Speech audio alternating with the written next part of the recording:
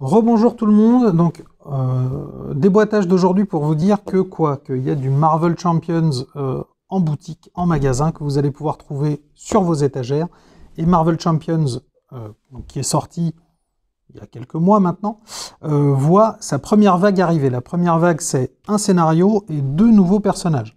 Pour resituer, Marvel Champions, c'est un jeu coopératif, c'est un jeu de 1 à 4 joueurs, donc 1 évidemment, puisque coopératif, on peut jouer tout seul.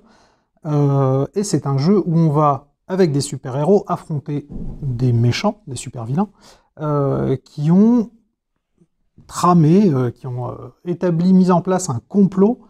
Il va falloir combattre évidemment le complot et puis tabasser le super-vilain en question pour arriver à ses fins et donc remporter le scénario. C'est un jeu qui est relativement complexe dans le sens où c'est un coopératif ardu, il faut vraiment coopérer au maximum tous ensemble, et avec cette originalité dont on avait déjà parlé de alter ego, qui est que de temps en temps on est super-héros, puis de temps en temps on revient en humain pour un petit peu régler ses problèmes du quotidien, ou juste sortir un peu de la bagarre et se reposer. Je vous montre ce qui est sorti. Qu'est-ce qui est sorti? C'est donc 2 héros. Alors pourquoi 2 héros? Ce format, il est un petit peu privilégiant entre guillemets, parce que l'idée c'est vraiment que vous puissiez soit refaire les scénarios de la boîte de base, soit faire des nouveaux scénarios avec des héros. Donc comme c'est des nouveaux héros, je vous rappelle, formation des paquets, c'est un paquet avec le super-héros en question, un paquet avec les cartes qui correspondent à son orientation, donc plutôt agressif, plutôt protecteur, plutôt leader d'équipe. Donc il y avait plusieurs orientations. Là, on va vous en montrer 2. Donc un Captain America qui est plutôt leader d'équipe et une Miss Marvel qui est plutôt agressive. Donc ça, vous allez pouvoir aussi pimper vos decks d'Iron Man, de Spider-Man, les decks de la première boîte, de la boîte de base, avec ces nouvelles cartes, ou les utiliser. Donc, je vous disais, un deck de personnages, c'est les 15 cartes de personnages, plus son orientation, plus des cartes neutres, donc là encore, des nouvelles cartes neutres qui vont vous permettre de deck builder un petit peu vos decks, et on va voir tout de suite ce qu'elles ont dans le ventre. Captain America, évidemment, un personnage qui est quand même, hyper emblématique, surtout avec les films. Hop! Captain America, c'est aussi Steve Rogers. Bah oui, dans le civil, c'est comme ça qu'il s'appelle. Hop, et de l'autre côté, bah oui, c'est bien Captain America. Donc de temps en temps, vous passerez en Steve Rogers pour vous reposer, puis de temps en temps, vous reviendrez faire la bagarre en Captain America. Donc tout le deck de Captain America, avec ses capacités, donc son bouclier, c'est les alliés qu'il a avec lui, que vous allez pouvoir jouer. Hop, les cartes de commandement, puisque je vous disais, c'est un leader d'alliés, donc les decks commandement sont un petit peu construits pour que vous ayez plusieurs alliés, puis vous allez faire des combinaisons, des combos, justement pour augmenter tous vos alliés ou les faire agir tous en même temps. Donc ça, c'est une grande force de Captain America. Et après, des cartes neutres et des cartes qui vont venir améliorer vos decks. Il y a aussi, petit rappel, des cartes, des problématiques que chaque héros rencontre. Les problématiques sont les Némésis, c'est l'ennemi du super-héros, plus son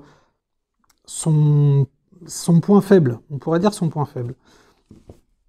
Dans le cas de Captain America, si vous jouez avec, vous allez mettre cette carte dans le deck adverse, dans le deck complot du méchant.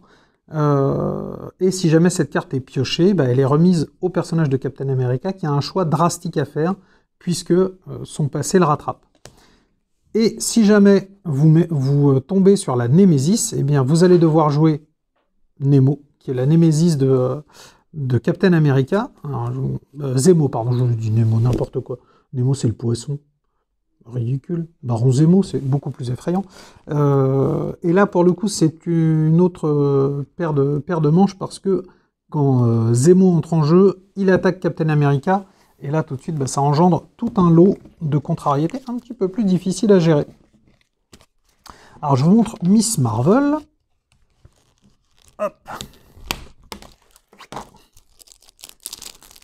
Hop, hop, hop, hop, hop. comment fait-il pour ouvrir aussi facilement ces paquets de cartes? C'est incroyable. Hop, Miss Marvel. Kamala Khan pour les intimes. Donc une jeune ado extrêmement balèze. J'adore Miss Marvel. Hop. Donc son deck de cartes. Hop, ses cartes protection. Ah, je vous avais dit agressive. Non, c'est moi qui ai joué... Sur une autre partie, j'ai joué Miss Marvel en agressif. C'est pas du tout... son orientation, elle est protection. Mais en fait, vous orientez les decks comme vous voulez. L'idée étant éventuellement...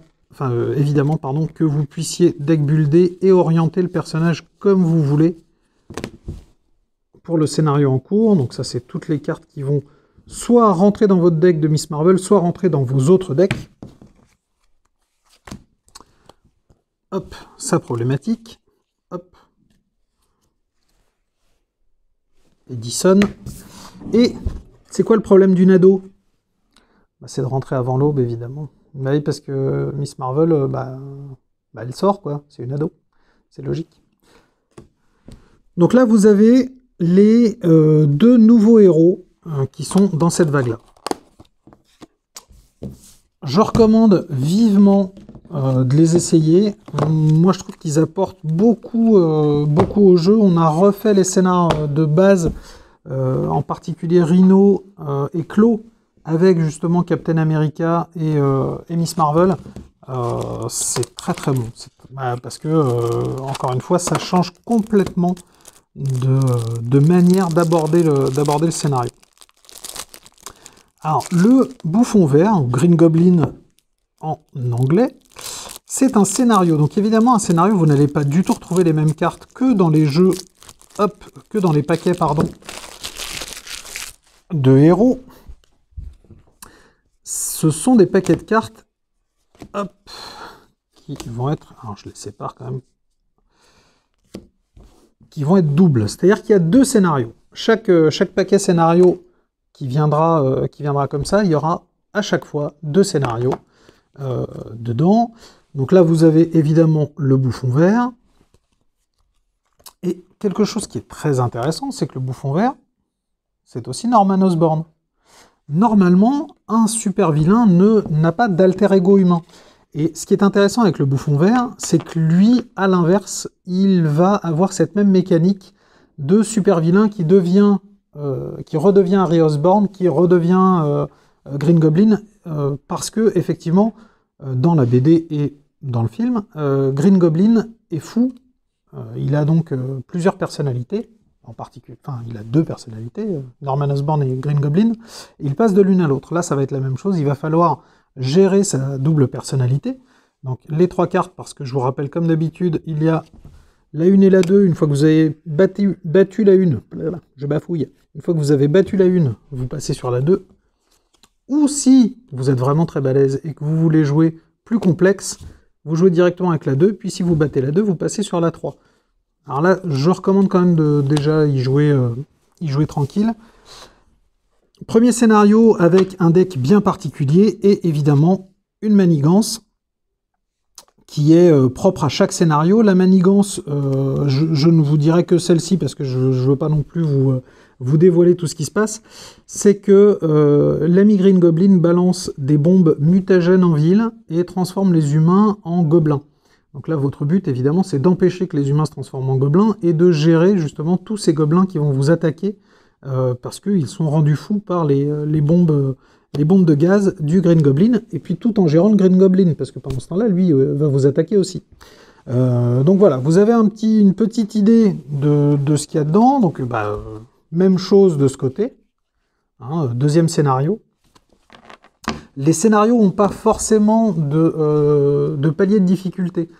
Comme dans la première boîte où il y avait donc, un scénario, on va dire niveau 1, un niveau 2 et un niveau 3, avec un Ultron qui était très très dur, et un Rhino qui était un petit peu plus facile. Les trois scénarios sont quand même assez durs. Là, c'est deux scénarios qui se valent en termes de difficulté, mais qui sont très différents.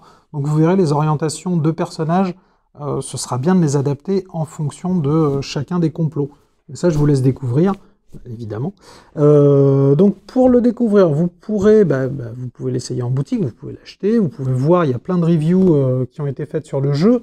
Vous pouvez aussi nous retrouver à Cannes, parce qu'il sera sur Cannes, et qu'il y aura des tournois, si je ne me trompe pas, dans l'espace tournoi, il y aura 2 tournois Marvel Champions, mais tout ça, vous le verrez dans le programme de Cannes. Miss Elpie et moi-même, on vous dit à la semaine prochaine pour des nouveaux déboîtages, et puis profitez du week-end, jouez, et puis en plus, évidemment, jouez quoi.